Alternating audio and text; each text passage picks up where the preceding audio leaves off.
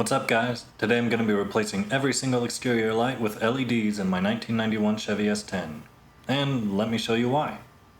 In the front here I only have one light that works, which is funny because when I did my video about replacing the headlights I had more than that. So the bulbs must be burning out as we speak. And in the rear the parking lights work, but only one side of the license plate light works. And apparently only one brake light works, which was news to me as of filming this video.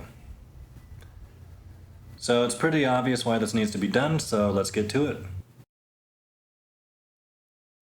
We'll start in the front here. After removing a few screws around the headlight bezel, it comes out and the socket just twists out. Here's what the old bulb looks like. And here's the LED replacement. It should just pop right in, and let's make sure it works before putting it back together, and it does. So we can do that on both sides, and it turns out those are going to be the easiest lights to get done. But let's go ahead and move on to the lower bumper lights.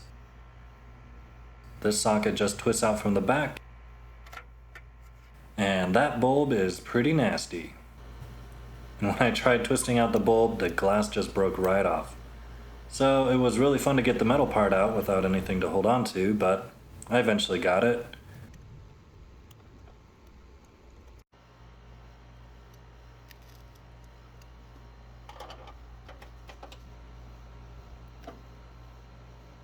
And I gave the socket a quick clean because there was a lot of nasty stuff in there. And here's an actual good bulb that's supposed to go in that socket. The actual LED bulbs that fit in this socket were out of stock, but I was able to find these adapters that fit and use some of the bulbs I already had. The only problem was that the little nipples on the adapter didn't exactly match the original socket, so I just buzzed one off a little bit with a sander and then it fit right in there. It wasn't a perfect solution, but it got the bulb in and it worked.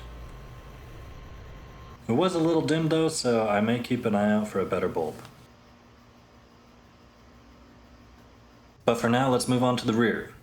The taillights have 4 obvious spots holding in the housing, and on my driver's side there was literally only 1 screw holding it in.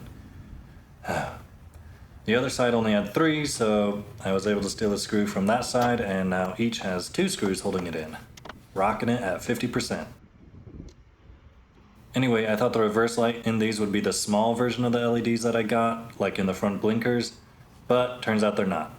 I do have bulbs for this small parking light and the actual brake light, so I'll order the right backup lights and we can install these other ones for now.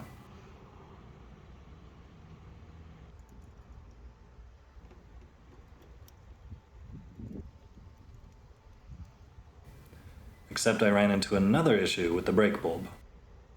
The shoulder on the bulb is running into the socket before I can get it low enough to lock it into place.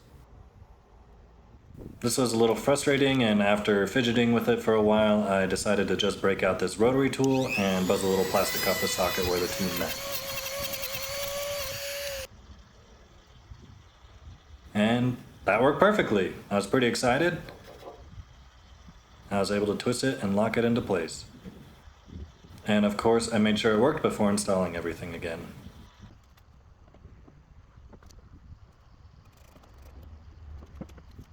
So with both of those installed, I had full brake lights again, but I had a weird issue with the turn signals.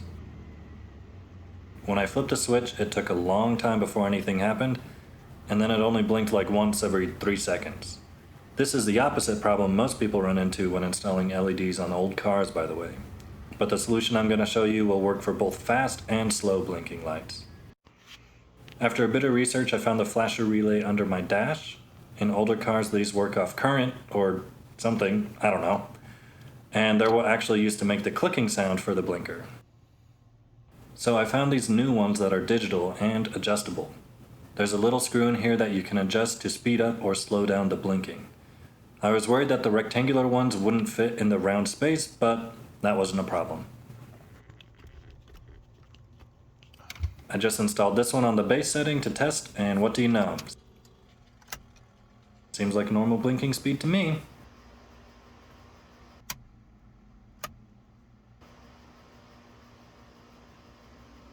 The only thing that didn't work still was the hazard lights. And from what I could tell, most cars have two flasher relays, one for regular turning and one for the hazards. I didn't see another relay next to the flasher one, so I just left it. If you know where the hazard relay is on this car, please let me know down below. Anyway, while I figured that out, my reverse lights came.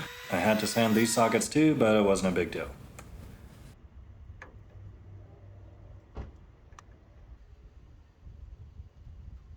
Also, my gear selector has some play in it, and apparently the lights don't come on unless it's in the exact right spot. So that'll be good to know next time I'm backing up at night and they aren't working.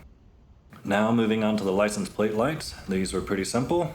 I love that older cars just have these exposed screws to uninstall everything.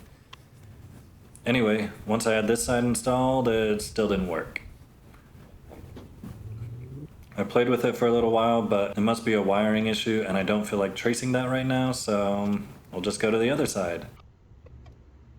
And the other side still works, so that's good. Also, while I was ordering my reverse bulbs, I found a pair of reverse bulbs that were amber colored, so I thought I'd give those a shot in the front bumper. These probably gave me some of the weirdest issues I've run into so far. When I installed the first one, it would not illuminate. But it was illuminating the DRL on the headlight, which was not supposed to happen. I couldn't figure out why, but I decided to install the other side to see if it did the same thing, and it didn't. The bulb lit up like normal, although the blinker didn't work. It didn't affect the headlight function, so that was good. After a while of fidgeting with the driver's side again, I found that I could get the bulb to illuminate under certain circumstances, but not others. Anyway, it took me a while, but I realized there's two circuits going to this socket. One for blinking and one for parking lights. Here's an original bulb that has the two contact points, one for each circuit. The reverse bulb I purchased only have one contact point. So after a little more fidgeting, I decided to just put a piece of electrical tape over the contact I had spliced into that went to the headlight for blinking purposes. This is the contact that was being shorted and causing the issue. Again, this would mean the bumper lights wouldn't blink, but I didn't consider that a big problem since the new headlights had blinkers in them. I guess they're just yellow fogs now. I also don't know why the passenger side works like normal and the driver's side had an issue, but we're just gonna ignore it until it's an issue. Anyway, with that all figured out, that was it. All exterior lights are now LEDs on this thing. So not only are they brighter and long lasting, they also all work. Except that stupid license plate light. I'll get to that eventually. Maybe. Anyway, the products in this video were provided by sunsetauto.com. If you're needing any automotive lighting or other parts, check them out. There's a discount code in the description that's especially for my viewers. If you'd like to see more videos about this truck, please subscribe. I'm trying to make it to 5,000 subs. Anyway, peace out.